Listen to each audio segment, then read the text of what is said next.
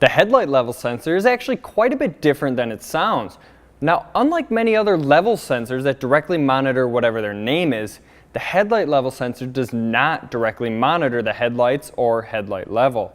This sensor actually measures the vehicle's ride height. Now, as you load weight into a vehicle, it changes the angles in which the headlights are pointing. Think of loading a bunch of bricks or whatever in the back of a pickup truck. The rear end of the truck gets squatted down and the front end is raised up. This points those headlights upwards, many times directly into the eyes of oncoming traffic, or you're looking at the trees in front of you instead of the road. The headlight level sensor reads this change in ride height and sends that reading off to whatever module is controlling the headlights. Now there's these little adjuster motors in the headlight assemblies themselves that are going to move those headlight beams back to a normal level to provide you with the best lighting for the road ahead and so that you're not blinding oncoming drivers.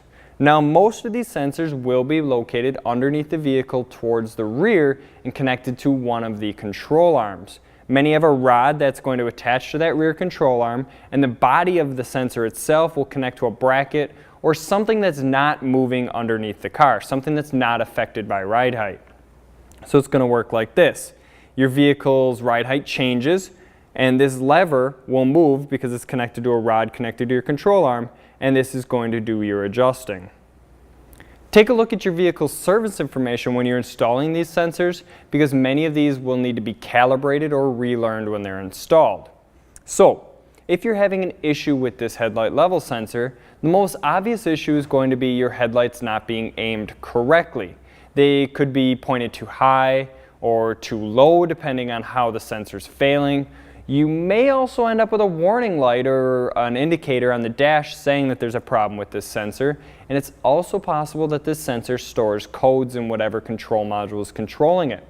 Common codes include a B2237 and B2238. And as with most B-series codes, not every scan tool is going to be able to read them. It's going to take a full function scanner like at a shop. So why should you get yourself an NTK headlight level sensor? Well, as with every NTK sensor, you're getting yourself a premium quality product with outstanding support and industry-leading innovation that's been bred directly from our company's OE heritage. These attributes and more truly make NTK the sensor specialist.